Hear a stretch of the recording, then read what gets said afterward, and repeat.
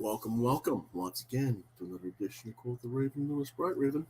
I'm your host, Lewis Bright Raven, 29-year veteran writer, illustrator, and editor of comic, science fiction, fantasy, and role-playing games. Please forgive me if I'm a little bit slow today. I just woke up literally about 5-10 minutes ago. I know it seems like, hey, what the heck? It's the middle of the day. What's going on? I didn't get to bed till dawn, so that's why I slept so late. But we're here and we're ready to go, so let's get on with it. Today's book is Monsters by Barry Windsor-Smith. It's destined to be a magnum opus classic work in our industry's history, I think. And excellent work. Let's talk about it. Monsters hardcover is $39.99. Publisher Fantagraphics. Writer and artist is Barry Windsor-Smith. It's a political thriller horror drama. It was released originally on April 27th, 2021. The year is 1964. Bobby Bailey doesn't realize he's about to fulfill his tragic destiny when he walks into a U.S. Army recruitment office to join up. Closed-mouthed, damaged, innocent, and trying to forget a past and looking for a future, it turns out that Bailey is the perfect candidate for a secret U.S. governmental experimental program, an unholy continuation of a genetics program that was discovered in Nazi Germany nearly 20 years earlier in the waning days of World War II. Bailey's only ally and protector, Sergeant McFarland, intervenes with such a chain of cascading events that spin out of everyone's control. As the titular monsters of the title multiply, becoming both real and metaphorical, literal and ironic, the story reaches an emotional and moral reckoning.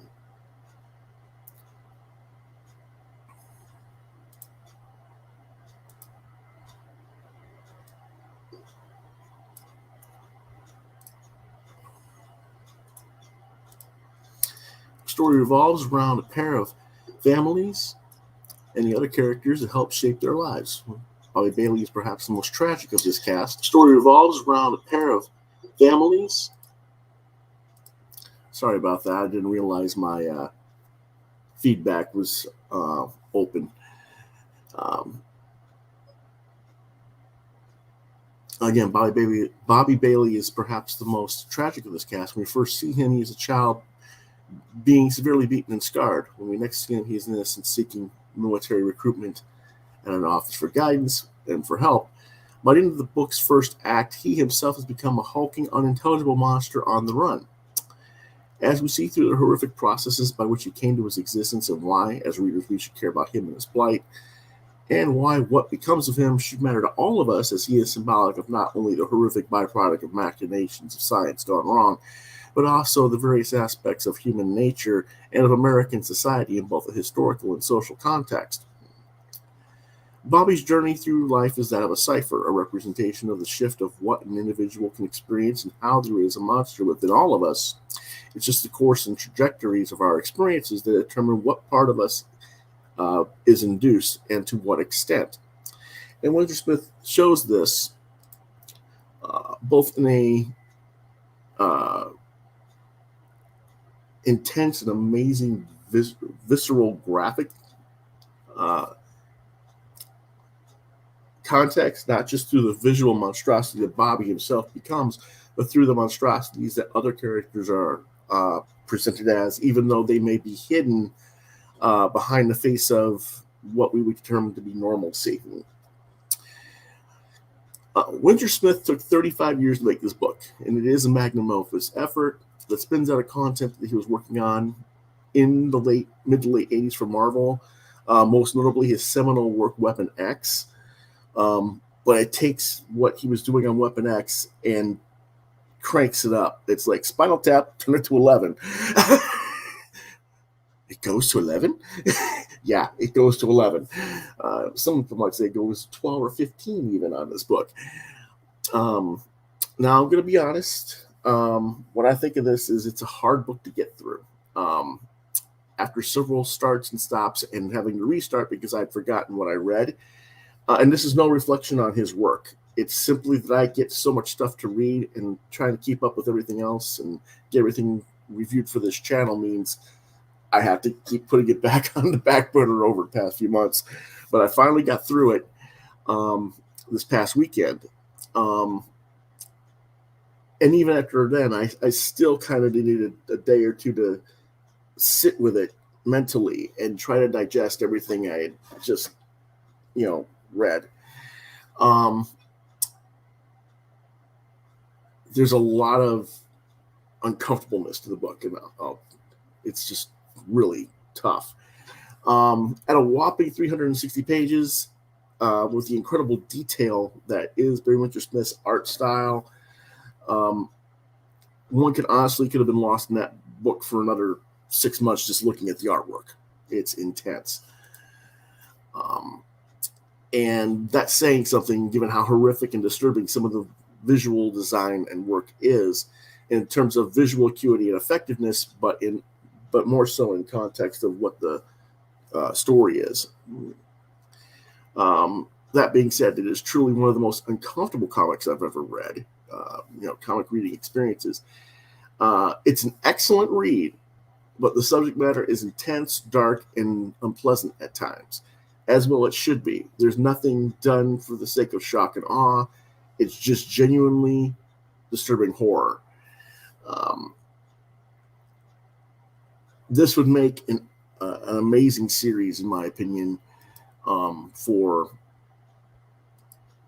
the like AMC. If AMC was to pick this up and like make this a mini series, kind of like Walking Dead or something like that, and just had the right director and the right cast to adapt this, it would be mind-blowing. I'm telling you. I just don't know if it was so intense that I don't know if they could capture it the same way or not, but I hope they could. But anyway, this is definitely a top 10 book of the year for me. But I'm of the right age group for this. I'll be 50 next year. I wonder if younger adults in their early 20s to their 30s are going to get the full effect of the work, because the timing of the story, when the story takes place in the 60s and 70s, is distant enough that I'm not sure that they will be able to connect to it.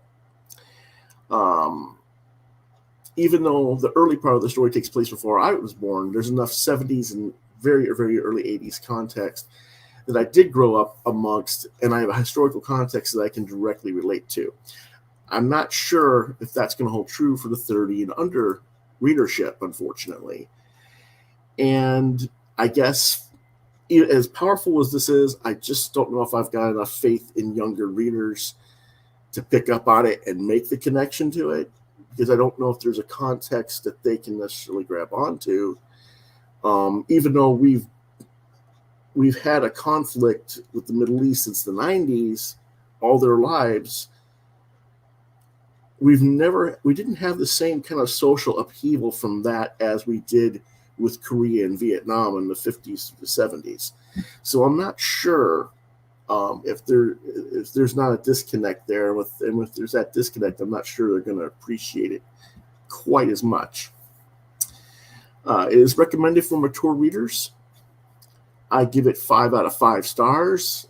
If I could give it 6, then I have to make it my number 1 book or my number 2 book of the year, and I just don't know if I can do just that yet. So I'm going to leave it at 5. But this is definitely Windsor-Smith's seminal work now. People have been talking about Weapon X for 30 years. This bypasses Weapon X far and away.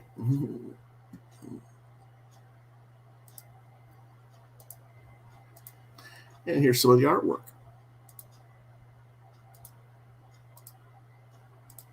Let me go ahead and back that out so you guys can see it.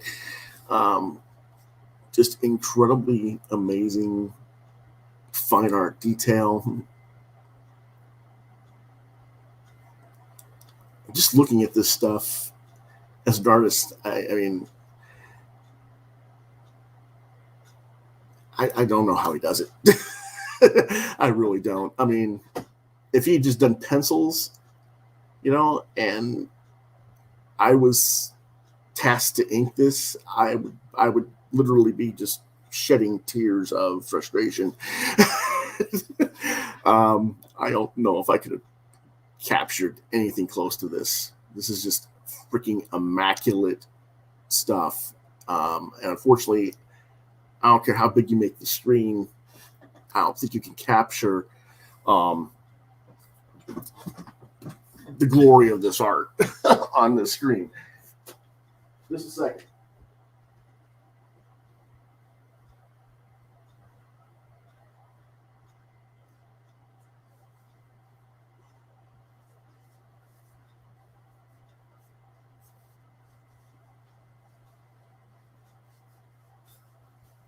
Okay, I went and got my copy real quick.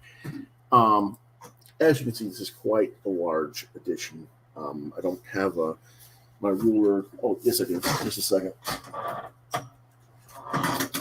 This is a little bit over 11 by, it's about 8 1/4 by 11 1/4 size.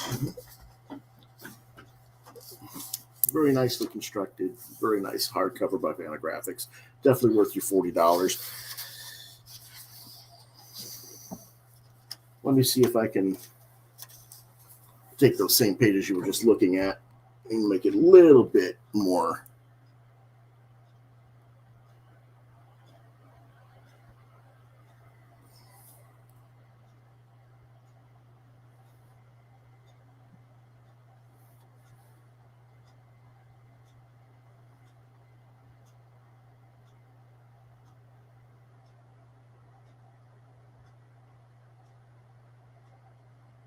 You see the bike is totally smashed.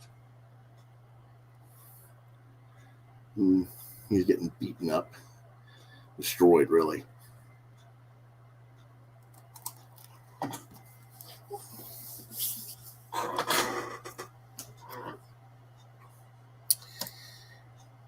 Next page.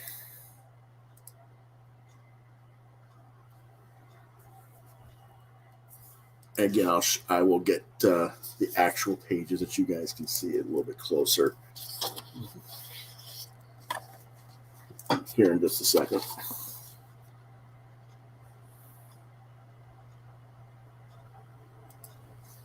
There we go.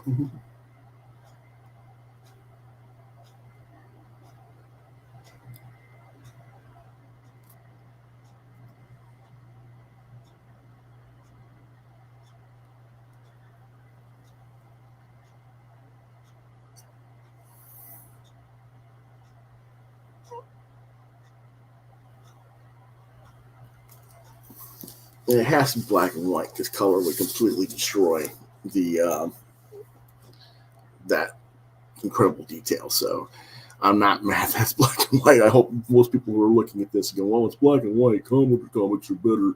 No, not this time. Not this case.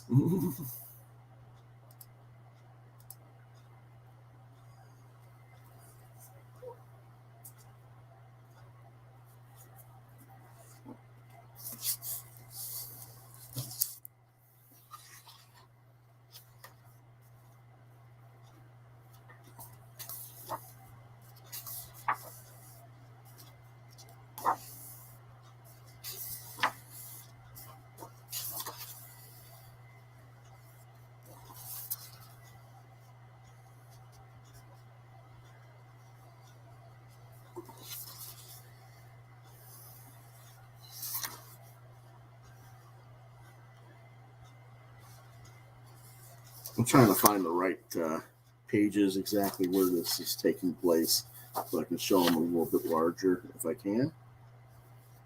This is a little bit later in the book.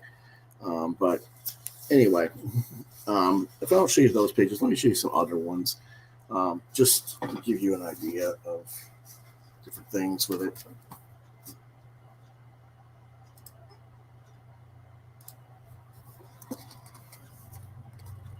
This is the family with the lead character who's Bobby's advocate, I guess you could say. As you can see, they're African American.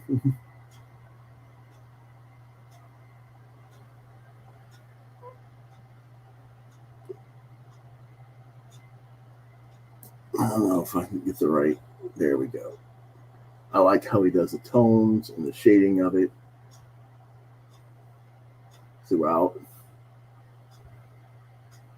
He can really capture a nice African American look without, having to go, so to speak, blackface with it or really super dark. A lot of artists would not know how to do this. And it's not just being able to capture the essence of their skin tones.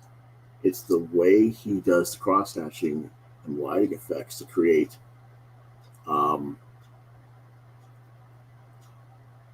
dramatic effect as well.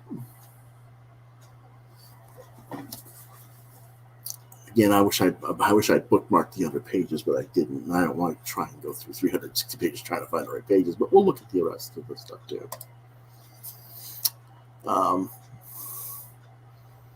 Let's see.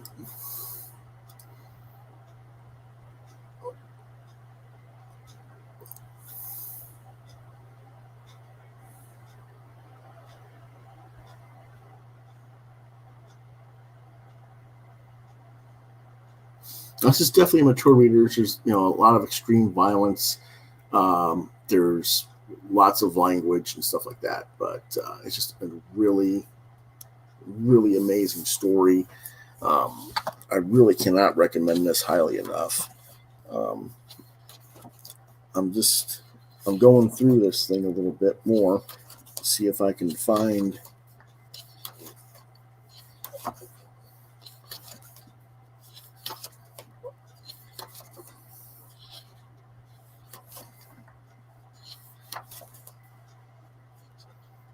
some more awesome stuff here.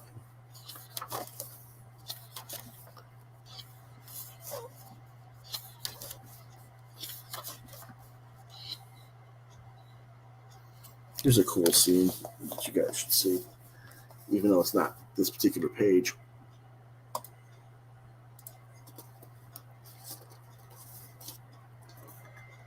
Again, this takes place in the 60s, so we get these really cool vehicles.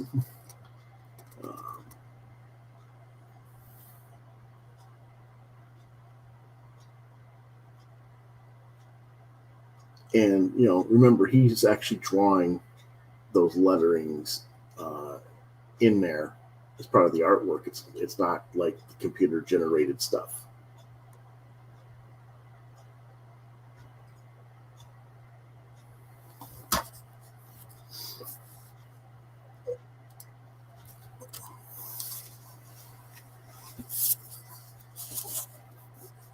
Again, I'm trying to get to the scene here if I can find it. But there's just, overall, it's just an amazing, amazing book. But again, I highly recommend this. Let's take one last look at a different page here if it'll open. Oh, I guess that was the one. So I guess that's tomorrow's book will be Windhaven by George R.R. Martin, Lisa Tuttle, and with art by Elsa Charretier.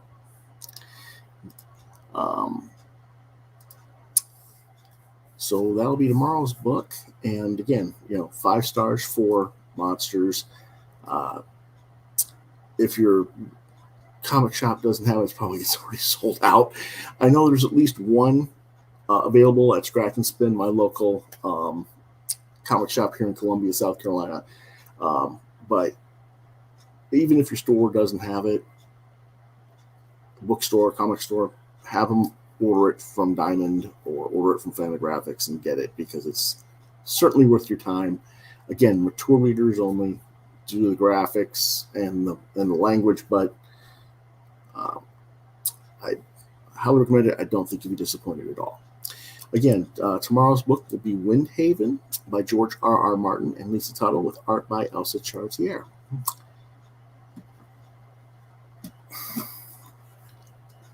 Okay. I don't know what's going on with my mouse. Okay, there we go. And that will be tomorrow. Will be that book, and also I will be doing what did you get this week? In other words, talking about the books I got from the comic shop today, or if I get any more comics in the mail for crowdfunding, I'll mention those. Also tomorrow, we will be mentioning talking about This Land 1 through 3 from Aroha Comics, and Heroines 1 through 3 by Ted Nafe, and I think it's Scapegoat Comics. So those books will be talked about, as well as whatever I get at the comic shop. On Friday, we will talk about Nevermore by Harold Schechter. Saturday, we will be talking about the book Retrograde by Peter Codron. And we'll also have Classic Horror Movies Part 2. Probably going to be talking about vampire films. I'm thinking Horror of Dracula and a couple other books like that. I don't know what that was about. Hope I didn't just get disconnected somehow.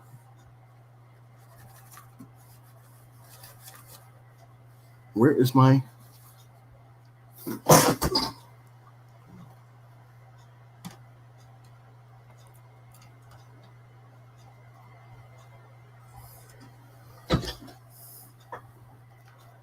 Uh-oh. Okay, guys, I got a problem. My mouse died. I think. I'm trying to find the cord and find out what's going on here.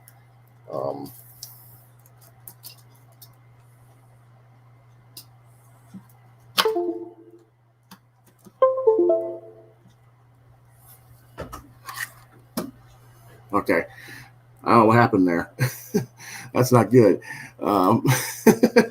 Woo. All right. Weird. But that is Classic Horror Movies Part 3. On Sunday, we'll have 3 episodes. Graveyard Wars, A.G. Lieberman, Andrew Sebastian Kahn, a live draw, and then the Classic Horror Movie Nights Part 3. And that is our show for today. So, appreciate you watching, as always. If you enjoyed this video, or you think others might, I'd really appreciate it. If you'd hit the like, share, and subscribe buttons to continue to get support from my channel. As always, I thank you for watching and for your support. If you want to reach out to me, I'm on social media at Facebook at Lewis.BrightRaven, Twitter at LewisBrightRave2. You can see some of my artwork at deviantart.com/BrightRaven. You've been watching Quoth the Raven, Lewis Bright Raven, exclusively on YouTube. If you have comments, questions, you want to commission artwork from me, make suggestions on topics you might want me to talk on the show in the future, Quoth the Raven LBR 72 at gmail.com is the address to reach me out. And if I don't get back to you within, say, 24, 48 hours, try lewisbrightraven at yahoo.com. Until tomorrow, then, see you next time. Have a good day.